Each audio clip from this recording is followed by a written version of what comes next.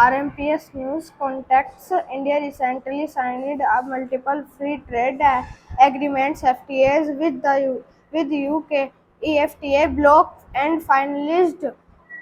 However, agriculture remains excluded from these deals, raising concerns over India's long-term agri-export strategy. Good morning, welcome to RMPS News. What it is? India's agro-export regime refers to the framework of policies, infrastructure, and institutional mechanisms guiding the export of agriculture commodities. Current status: agri-export value fell to 48 billion in 23-24 from $52 billion in 22-23. Basmati rice alone contributes 21% of total agri exports.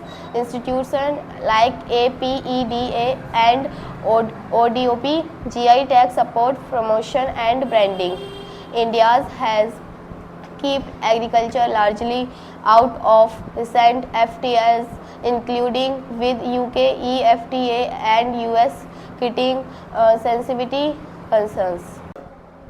Further, FTA exclusions. Agriculture is often in the sensitive list or given a long transition period in FTAs due to political and livelihood concerns.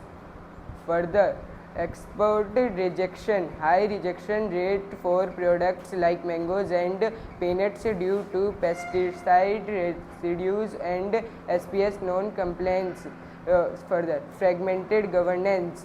Trade is a union subject while agriculture is a state subject, causing frequent policy contradiction and delays. Further, low value addition. Export focus remain on raw commodities instead.